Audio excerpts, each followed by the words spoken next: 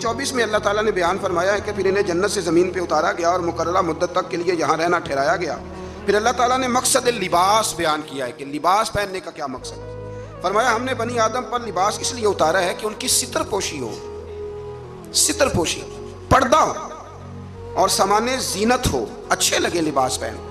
اور سب سے بہتر لباس تقوی کا لباس ہے، اس سے بندے کی زیادہ پردہ پوشی ہوتی ہے۔ پھر بنی آدم کو متنبہ کیا گیا کہ شیطان کے مکر و فریب میں نہ آئیں، اس کو یہ ملکہ دیا گیا ہے کہ وہ تمہیں ہر جہت سے دیکھ لیتا ہے۔ اللہ تعالیٰ نے لباس پردے کے لیے دیا ہے اور زینت کے لیے دیا ہے۔ تو اگر کوئی لباس اس طرح کا پہنے جس سے پردہ ہی نہ ہو رہا ہو، پھر اس کا مطلب ہے وہ لباس کے مقصد کو نہیں سمجھا۔ کھلا لباس پہنے، چست لباس نہ پہنے، وسیع لباس پہنے جس سے آپ کو بہت ساری چیزیں سمیٹنے کا موقع ملے۔ گرمیاں شدید آئیں گی تو بہت سارے نوجوان شارٹ نکریں پہن کے وہ گھومیں گے، انہیں ڈرنا چاہیے اللہ تعالیٰ سے۔ میں پوچھتا ہوں کئی دفعہ بچوں سے کہ یہ تھوڑا سا جو آپ نے پاجامہ کاٹ لیا ہے تو اس سے کس قدر زیادہ آپ کی گرمی ختم ہو گئی ہے۔ سمجھے چیزوں کو، مطلب ہم جان بوجھ کے اس کام کی طرف لپکتے ہیں کہ جو کام بڑا ہی ناپسندیدہ ہے۔ اللہ تعالیٰ ہمیں سمجھنے کی توفیق عطا فرمائے۔ آیت نمبر 32 اور 33 میں فرمایا کہ اے بنی آدم، ہر عبادت کے وقت لباس زینت کو اختیار کرو اور اسراف سے بچتے رہو۔ اسراف سے بچتے ہوئے اللہ تعالیٰ کی نعمتوں سے استفادہ کرو۔ پاکیزہ چیزیں خواہ لباس ہو یا خوراک ہو مومنوں کے لیے حلال ہیں۔ اللہ نے ظاہر اور باطن میں بے حیائی، گناہ اور حق سے نکل جانے کو حرام قرار دیا ہے۔ باقی کسی کے پاس پیسے ہوں تو وہ 10,000 کی ایک وقت روٹی کھا لے تو اس کے لیے وہ ناجائز نہیں ہے، وہ 10 لاکھ کا بھی لباس پہن لے تو اس کے لیے منع، لیکن اسراف سے بچے، فضول خرچی سے بچے۔ کچھ لوگ ایسے ہیں جن کے پاس چیزیں ہوتی ہیں پھر بھی چھپاتے ہیں کسی کو پتہ نہ چل جائے۔ یعنی سادگی اس کا نام نہیں ہے کہ آپ پیسے اندر چھپا کے پرانے کپڑے پہن کے نکلیں، یہ سادگی ہے، یہ کنجوسی ہے۔ نبی کریم علیہ الصلوۃ والسلام نے نا حضور صلی اللہ تعالی وسلم نے ایک شخص کو دیکھا تھا کہ پھٹے پرانے کپڑے پہنے ہیں، تو حضور نے آواز دی، فرمایا تیرے اوپر تو بڑا فضل ہے اللہ کا، حضور الحمدللہ۔ تو فرمایا اچھے کپڑے پہنا کر، رب کریم جب نعمت دیتا ہے تو اثر دیکھنا پسند فرماتا ہے۔ اچھا ہمارے ہاں لوگ سادگی کس کا نام رکھتے ہیں، یعنی کروڑوں روپیہ بینک میں پڑا ہے تو سادگی یہ کپڑے نہیں خریدنے، یہ سادگی نہیں صاحب، یہ کنجوسی ہے۔ سادگی تو یہ تھی کہ آپ وہ سارے پیسہ خیرات کر دیں اللہ کی بارگاہ میں، پھر پتہ چلے گا کہ آپ سادے ہیں۔ پیسے سنبھالے جاؤ اور خرچ نہ کرو۔ یہ تو قرآن و سنت نے ہمیں بتایا ہے کہ تم اپنے وارثوں کے مال کی حفاظت کر رہے ہو۔ اور یہ بھی فرمایا اس آیت میں کہ نماز کے وقت زینت حاصل کرو، اچھے کپڑے پہن کے نماز پڑھا کرو۔ میں ایک مسئلہ کئی دفعہ بیان کیا، پھر عرض کرتا ہوں، میں دوستوں کو کہا کرتا ہوں کہ مسجد کی ٹوپی پہن کے یہاں تو ولیمے پہ بھی جا کے دکھاؤ نا، تو وہاں تم جاتے نہیں تو نماز پڑھنے کیسے آ جاتے ہو؟ تو یہ ٹروزر شرٹ پہن کے یہاں تو تم شادی کے ساتھ بھی جا کے دکھاؤ، تمہارا پتہ چلے۔ تو اگر تم شادی کی تقریب میں ٹروزر شرٹ کے ساتھ ان کپڑوں کے ساتھ نہیں جاتے تو پھر تم نماز پڑھنے کیسے آ جاتے؟ لوگوں کی محفل میں جانا پسند نہیں کرتے تو اللہ کی بارگاہ میں کیسے پسند کر لی؟ ایک نعت خان صاحب کو ایک دن میں نے دیکھا، بڑا شاندار ویسٹ کوٹ پگڑی اور بڑا خوبصورت لباس محفل میں پھر کچھ دنوں کے بعد ایک شادی میں ملاقات ہو گئی تو ان کا حال ہی بڑا برا تھا۔ اینک بھی کچھ لوگ مطلب لگا لیتے ہیں، مجھے نہیں سمجھ آتی کالی اینک کا کیا ترجمہ ہے، وہ لگا لیتے ہیں، کالی اینک لگائی ہوئی ہے اور جناب بال بڑے شاندار۔ تو مجھے مل گئی تو میں نے السلام علیکم کے ساتھ ہی کہا، میں نے کہا عاشق رسول صاحب کیا حال چال ہے؟ ماشاءاللہ۔ بڑا گھور کے دیکھنے لگے، کہنے لگے پیر صاحب، میں نے کہا خدا کے بندے مجھے بھی دیکھ اور اپنے آپ کو بھی دیکھ، میں الحمدللہ تمہیں جس طرح محفل میں ملوں گا شادی کی تقریب میں بھی اسی طرح ہی ملوں گا۔ یہ کیا بات ہوئی کہ آپ تھوڑا سا رویہ آپ کا بدل جائے جب تھوڑا ادھر ادھر دائیں بائیں جانا ہو؟ یہ کوئی مطلب نہیں ہے۔ اچھا لباس پہن کے آپ نماز پڑھیں گے۔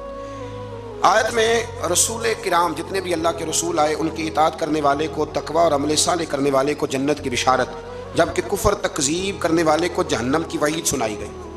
آیت نے فرمایا کہ اللہ تعالیٰ کی آیات کو جھٹلانے والے اور تکبر کرنے والوں کے لیے آسمان کے دروازے نہیں کھولے جائیں گے، اللہ اکبر، اور نہ ہی وہ جنت میں داخل کیے جائیں گے۔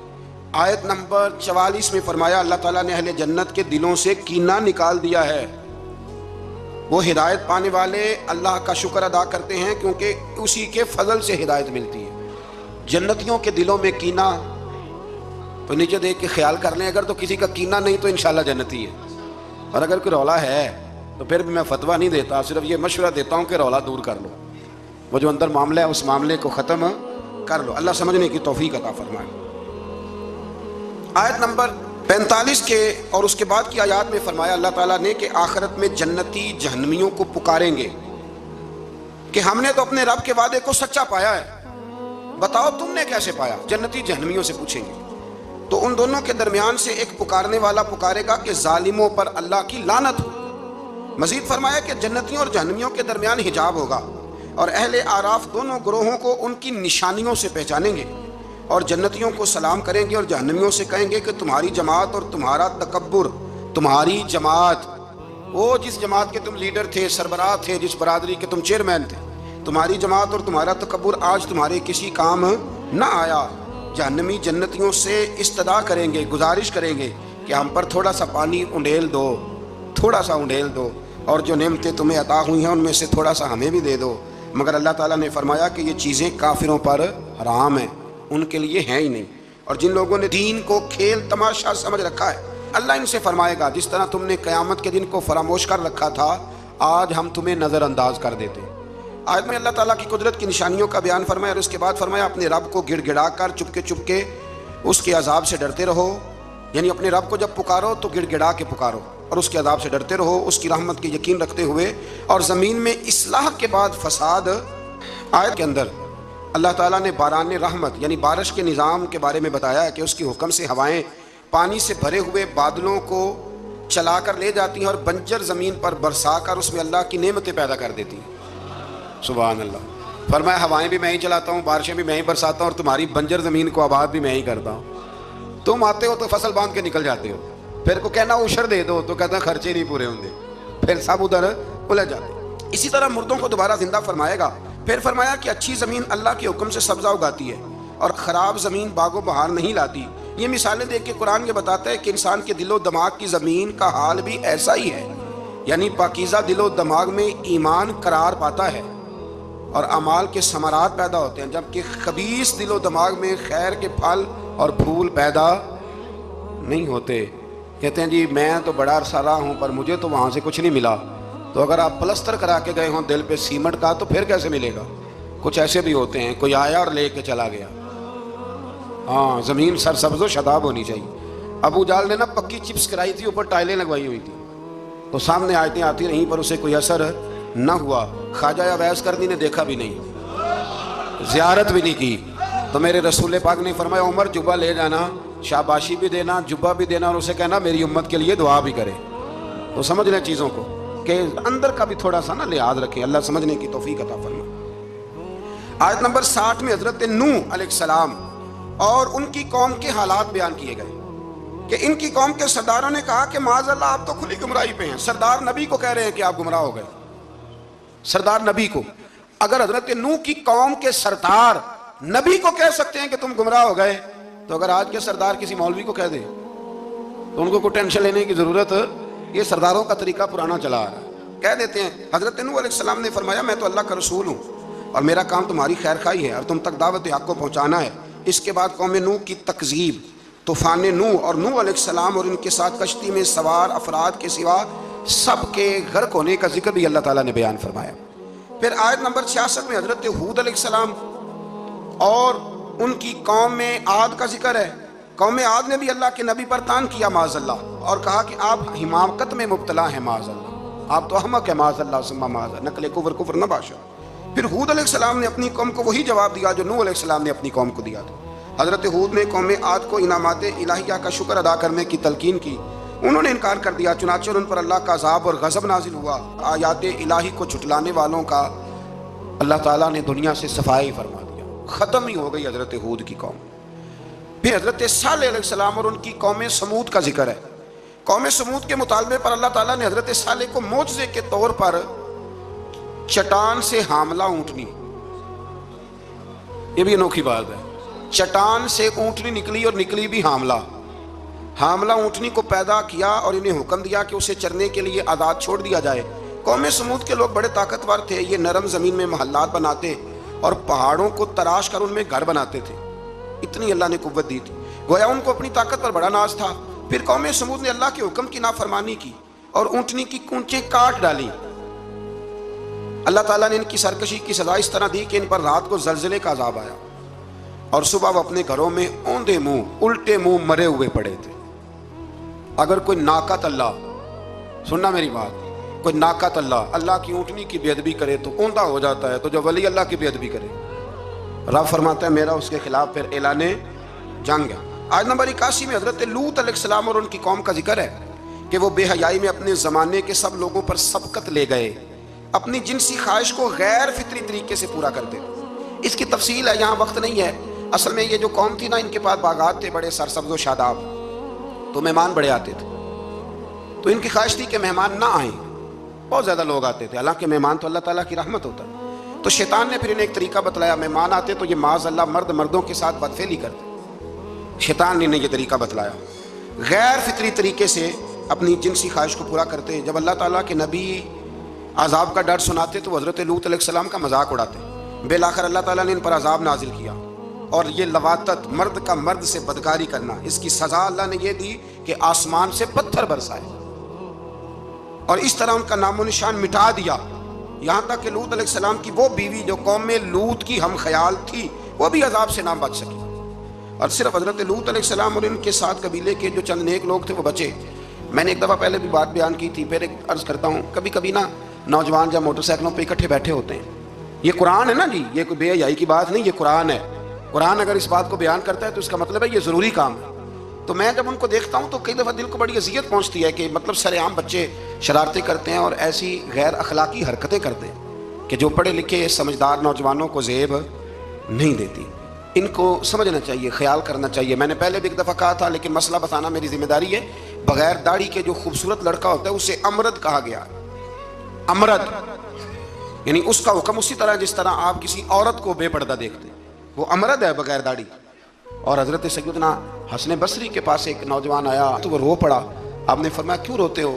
کہنے لگا حضور میں بڑا پکا حافظ تھا، میں نے 12-14 مصلے قرآن پاک کے سنائے۔ فرمایا پھر کیا ہوا؟ کہنے لگا حضور اللہ نے سزا دیا، میں قرآن بھول گیا ہوں۔ فرمایا کس طرح؟ فرمانے لگے ایک بے ریش بغیر داڑھی والے خوبصورت لڑکے کو گندی نظر سے دیکھ بیٹھا تھا، اللہ نے یہ مجھے سزا دی۔ پھر حضرت حسن بصری نے طریقہ بتلایا، پھر اس نے توبہ کی۔ تو سمجھ لیں کہ یہ اتنا برا فعل ہے کہ یہ کرنے والے پر آسمان سے پتھر برستے ہیں، حضرت لوط کی قوم پر۔ تو آج اگر قوم یہ کام کرے، ہم جنس پرستی، عورتوں کا عورتوں کے ساتھ شادی ہونے تک کے واقعات، عورت کے عورت کے ساتھ، مرد کے مرد کے ساتھ، لوگ اس کو آزادی کا نام دے رہے ہیں۔ یہ آزادی نہیں، یہ بے حیائی ہے، یہ فحاشی ہے، یہ عریانی ہے۔ اللہ تعالیٰ ہمیں سمجھنے کی توفیق عطا فرمائے۔ پھر آخر میں آیت نمبر 86 میں اللہ تعالیٰ نے اس بارے کی جو آخری آیات ہیں اس میں اللہ تعالیٰ نے حضرت شعیب علیہ السلام اور ان کی قوم کا ذکر فرمایا۔ قرآن نے بیان کیا کہ ان کی ناپاک خصلتیں یہ تھی کہ وہ ناپ تول میں ڈنڈی مارتے تھے، یعنی رمضان المبارک کے اندر بھی مقناطیس نکل آتا ہے ترازوؤں کے نیچے سے، رمضان میں آپ سمجھ لیں مقناطیس نکل رہا ہے ترازوؤں کے نیچے، یہ حال ہے۔ ڈنڈی مارتی تھی شعیب علیہ السلام کی قوم، اور دوسروں کی چیزیں کم تول کے دیتے تھے، اور راستے میں بیٹھ کر اہل ایمان کو ڈراتے اور انہیں راہ راستے روکتے۔ انہیں بھی کہا گیا کہ فساد فی الارض سے باز آؤ اور اپنی پہلی سرکش امتوں کا انجام دیکھ لو، لیکن وہ بھی باز نہ آئے تو پھر اللہ نے ان پر بھی عذاب نازل فرمایا۔ اللہ تعالیٰ آسانی عطا کرے۔ آخر دعوانا الحمد۔